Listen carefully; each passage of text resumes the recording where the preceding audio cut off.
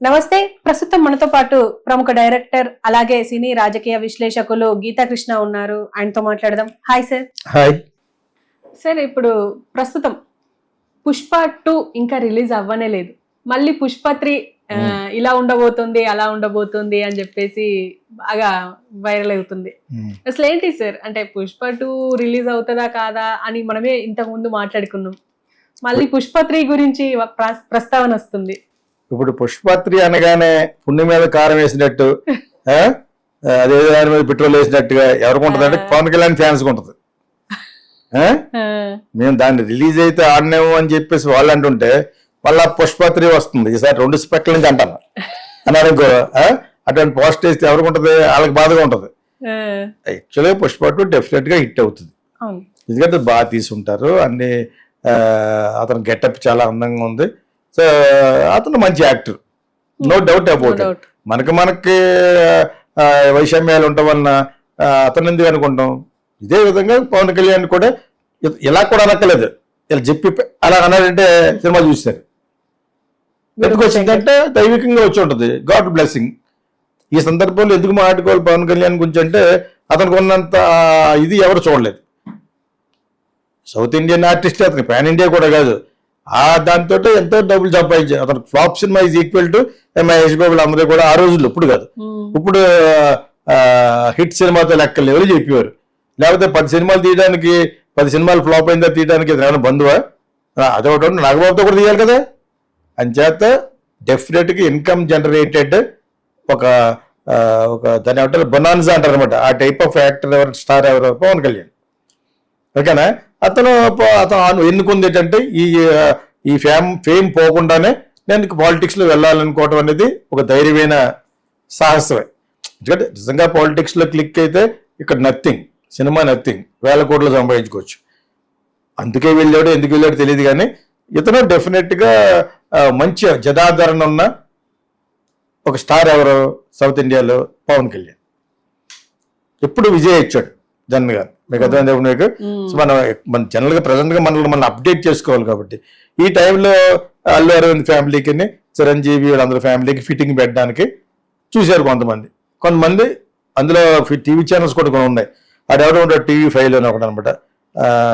దాన్నో ఎప్పుడు ఇలా మారుతాడంటే దాన్ని స్పాన్ అవ్వడు, ఇలా పుణ్య మీద ప్రతి చేస్తా ఉంటాడు, గెలుగుతాడు అనమాట.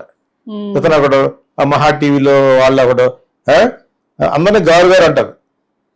డిప్యూటీ సీఎం గారు, తర్వాత వచ్చి జగన్ గారు, గారు మాట తీరు గారు గారు అని కాల్చేస్తుంటారు అనమాట. అదే మీకు. అలాగా ఇలా అన్నీ మనందరికీ తెలుసు, తెలివైన ఎవరి కదా తెలిసిపోయింది.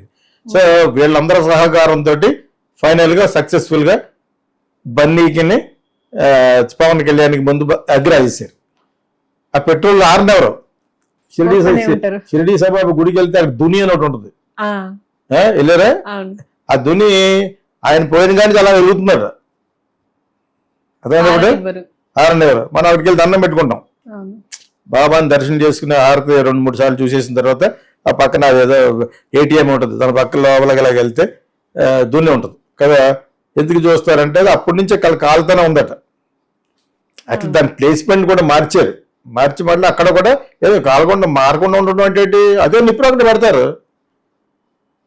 It's a great process. నిజంగా దాని గురించి తెలుసుకుంటే ఈ ఫారినర్స్ వాళ్ళకి చాలా ఇంట్రెస్టింగ్ ఉంటుంది. ఒక 50 ఏళ్ళు చాలా కాలుతుందంటే మరి ఇది కదా. ఆయన పోయి 50 ఏళ్ళు ఇంకా ఎక్కువైంది, 75-60 ఏళ్ళు అయింది కదా, ఇంకా ఎక్కువైందేమో కూడాను. దాని గురించి తెలియదు కానీ దండ పెట్టుకుంటాం కూడా వెళ్తాను. ఆయన ఎందుకు మనకి ఆయన దొరికి దర్శనం చేసుకుంటే కొంచెం పుణ్యం వస్తేనే మన పుణ్యం కూడా వేసుకుంటూ ఉంటాం. ఆంధ్ర వాళ్ళు వాళ్ళ చోట జరుగుతుందంటే పొరపాటు పోతాం. సో ఇంకా ఆయన తెలుసుకుని నేను ఫ్లైట్ తీసుకెళ్ళి చూసి వస్తాను, చూసి 2-3 సార్లు దర్శనం తీసుకెళ్ళిపోతాను. నాకంటే బాగా తెలిసిన చాలా మంది ఉంటారు. ఆయన యొక్క పుట్టు పూర్వతలు ఇంకా నాకు ఒక లెవెల్ తెలుసు కానీ అంతలా తెలియదు. సో నేను చూస్తుండగానే పల్లెటూరు ఎలా సిటీ అయిపోయింది. నేను వెళ్తే డైరెక్ట్ గా సమాధి మీద తలకాయ పెట్టేవాడిని. ఇప్పుడు గీన్లు మొత్తం వచ్చేసినాయి. లైన్లోంచి వెళ్ళాలి, వెళ్ళిపోలే దగ్గరగా. ఇప్పుడు నేను ఉన్న హైట్కి నాకు హారతి కనపడలేదు, మొన్న రోజు కనపడలేదు. నెక్స్ట్ టైం అలా వస్తానని అనమాట. అదే నాకంటే జైజాంటిక్ పర్సనాలిటీ నన్ను కమ్మేశారు.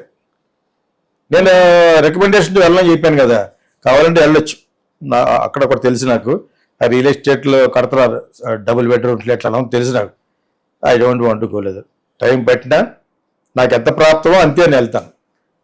ఓకేనా. ఇప్పుడు ఈ విషయంలో పుష్ప 3 గురించి మాట్లాడితే పుష్ప 2 కూడా గతులేదు కానీ పుష్ప 3 కానీ అన్నారు కొంతమంది, నేను కాదు. ఉంటారు, గుడ్ బ్యాడ్ అండ్ అగ్లీ ఉంటారు, రకరకాల మాట్లాడుకునే వాళ్ళు. ప్రో ద ప్రపోజిషన్ ఉంటారు, అగైన్స్ట్ ద ప్రపోజిషన్ ఉంటారు.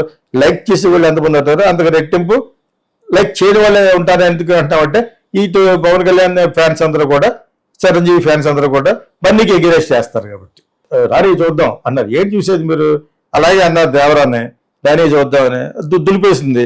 అది ఫ్లాప్ అనే లోగా 600 కోట్లు కలెక్ట్ చెప్పాను నేను. నా పాత రెడ్ టీవీ చూసుకోండి కావాలంటే. ఓకేనా.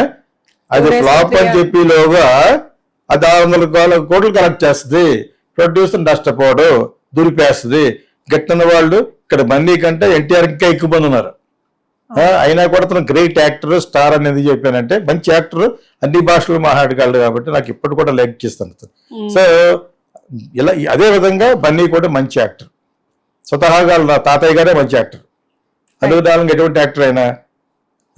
సో ఆయనతో పాటు పక్కన కూర్చుని 2 నిమిషాలు ట్రావెల్ చేశాను ఫ్లైట్లో. మెడ్రాస్ నుంచి హైదరాబాద్ వచ్చేలోగా ప్రతిరోజు ఏదో ఒక మైన్లో వచ్చేవాడు, అక్కడ సెటిల్ అవ్వని క్రితం. నేను అలా వచ్చేవాడిని. సో ఆయన జోకులు అవి అక్కడే ఫ్లైట్లోనే బ్రహ్మాండం జోకులు వేసాడు ఎయిర్ హోస్టెస్ తోటి. గొప్ప నటుడు, గొప్ప హోమియోపతి డాక్టర్ ఆయన. సో ఆ నటనలోంచి వచ్చింది ఇతనికి. లలిత పడుతుంది ఫాదరే కదా ఆయన, వాళ్ళ కొడుకు మనవడికి వచ్చింది, తాత మనవడికి వచ్చింది. అంత మంచి నటుడు, చాలా మంచి నటుడు. ఎవడో సినిమాలు అది కూడా సుకుమార్ అని కూడా డైరెక్టర్, సుకుమార్ కరుణాకర్. అదేదో హ్యాపీ అని సినిమా వస్తుంది, ఒక పోలీస్ స్టేషన్ లోకి వెళ్ళి రకరకాలుగా ఏదో యాక్ట్ చేస్తాడు. దాని ఇలా అయిపోయింది. అరవింద్ గారు అబ్బాయి అని అప్పుడు అన్నా అనమాట, is going to be super star అని. అప్రిషియేట్ అసలు నా తగిలించి ఫోన్ చేసి చెప్పారా, నేనే అన్నాను అనమాట. చెప్పానా సమయం వచ్చింది కాబట్టి చెప్తున్నాను. Is a great. అప్పుడు అనుకున్నాను అల్లు రావణ గారి గురించి. పాత్ర ఇస్తే పాత్రలో జీవించేసేవాడు ఆయన, నవ్వించేవాడు. Comedy is not that is. ఆయన రాజబాబు గారు వీళ్ళంతా కూడా ఎంత మంచి మంచి నటులు. ఆ నటుడు ఆయన యొక్క మనవడే అతను, తాత మనవడు లాగా. అంచేత అతనికి రావస్తుంది, మిగతా బ్రదర్స్ రాలేదు. బన్నీకి వచ్చింది, అల్లు అర్జున్కి ఒకటికే వచ్చింది. మిగతా వాళ్ళు దే డిడ్ నాట్. డబ్బులు ఉన్నాయి, వాళ్ళ ఫాదర్ సంపాదించే డబ్బులు ఎక్కడ ఉంటాయి. అందరి కొడుకులు సమానంగానే ఇచ్చుంటారు ఆయన. దాని గురించి మాట్లాడారు. ప్రొఫెషనల్ సక్సెస్ బన్నీ ఒకటికి వచ్చింది. తీసినా తీయొచ్చు. ఈ సినిమా డెఫినెట్గా హిట్ అవుతుందని నేను అనుకుంటున్నాను. పుష్ప 2, పుష్ప 3 కూడా చేస్తారు, కానీ అది కొంచెం టూ మచ్ అవుద్ది. సీక్వెల్ వరకు పర్లేదు, కానీ కొంచెం ఎక్కువ వెళ్ళారు మరి ఈ సినిమాలు. అలాగానే ఆ పరంపర గాడ్ ఫాదర్ 1 తీశారు, ఫ్రాన్సిస్ ఫోర్డ్ కప్పోలా అని, పెద్ద హిట్. అది మ్యాడ్లన్ బ్రాండ్, ఆయన పోయారు గాడ్ ఫాదర్ 1లో. అది ఎప్పుడు వచ్చింది, నేను ఎప్పుడో 10th క్లాస్లోనో 1974లోనో అలాగొచ్చింది ఆ సినిమా. ఇప్పటికీ కూడా కళాఖండం అది. అదే సిసిలీ అని చెప్పాను, ఇక్కడ కడపలాగా ఆ బ్యాక్గ్రౌండ్ మీద రాసిన నవల అది. ఓకేనా, ఆ మాఫియా మీద. గాడ్ ఫాదర్ 2లో అందులో అక్కడ యాక్ట్ చేసిన మ్యాడ్లన్ బ్రాండ్ కొడుకు ఆల్ పాచినో, ఆయన పెట్టి గాడ్ ఫాదర్ 2 అది సూపర్ హిట్, ప్రపంచవ్యాప్తంగా హిట్లే. అది క్లాసిక్. చూడకపోతే గాడ్ ఫాదర్ 1, గాడ్ ఫాదర్ 2 కూడా చూడండి. ఇది చాలా మందికి స్ఫూర్తి. నాయకుడు, నాయకన్ను, మనోడు, రామ్ గోపాల్, అమరీష్ అందరూ కూడా గాడ్ ఫాదర్ని కాపీ కొట్టినాయి. ధర్మాత్మ పెద్ద పెద్ద సినిమాలు కాదు, మన వాళ్ళు పాటలు పెడతారు కాబట్టి అలా ఉంటుంది. చాలా మంచి సినిమాలు. తర్వాత ఈయనకి 75 ఏళ్ళు 80 ఏళ్ళు వచ్చేసి డైరెక్టర్ ప్రొడ్యూసర్కి, ఫ్రాన్సిస్ ఫోర్డ్ కప్పోలాకి. ఆ రైటర్ ఇంకా బతుకున్నాడు. గాడ్ ఫాదర్ 3 రాయమన్నాడు. గాడ్ ఫాదర్ 2 తర్వాత 3 రాయమన్నాడు. ఎందుకంటే గాడ్ ఫాదర్ 2లో ఉన్న ఆల్ పాచినో బతుకున్నాడు. ఇప్పుడు ఆయనకి ఆల్మోస్ట్ 90 వచ్చేస్తున్నాయి. సో అది ఆల్ పాచినో, వీళ్ళందరూ European actor, British actors. So ఆయనది బ్రిటిష్, ఫ్రాన్సిస్ ఫోర్డ్ కప్పోలా నవల్ రాసాడు గాడ్ ఫాదర్ 3. ఈయన అడిగాడు అనమాట, ఎవరినే ఆల్ పాచినో చేస్తున్నాము మనం అని చెప్పి. అయితే నాకు ఒక 150 కోట్లు ఇమ్మన్నాడు. యూరోస్ కదా అక్కడ, డాలర్ కంటే ఎక్కువ. సో ఇన్ని డాలర్స్ ఇమ్మన్నాడు, $7 million ఇమ్మన్నాడు. నేను $5 million ఇస్తాడు. అదే ఎక్కువ. 200 కోట్లు అనుకున్నాను, 150 అంత ఇస్తాడనమాట. నేను అలాగే చేరాన్నాడు ఎవరు, ఆల్ పాచినో. సరే అయిపోయింది, 2-3 నెలలు అయిపోయింది, సినిమా స్టార్ట్ అయిపోతుంది. వీడికి అనుమానం ఇద్దరు, నేను లేకుండా సినిమా ఎలా స్టార్ట్ అవుతుందని ఫోన్ చేశాడట డైరెక్టర్ గా ప్రొడ్యూసర్కి. నేను ఉన్నా మరి అలా ఎందుకు, మరి ఏం డిసైడ్ చేసావు అంటే, నువ్వు అవసరం లేదు మాకు ఇంకా, ఎందుకంటే నీ యొక్క దినంతో స్టార్ట్ అవుద్ది అన్నాడు సినిమా.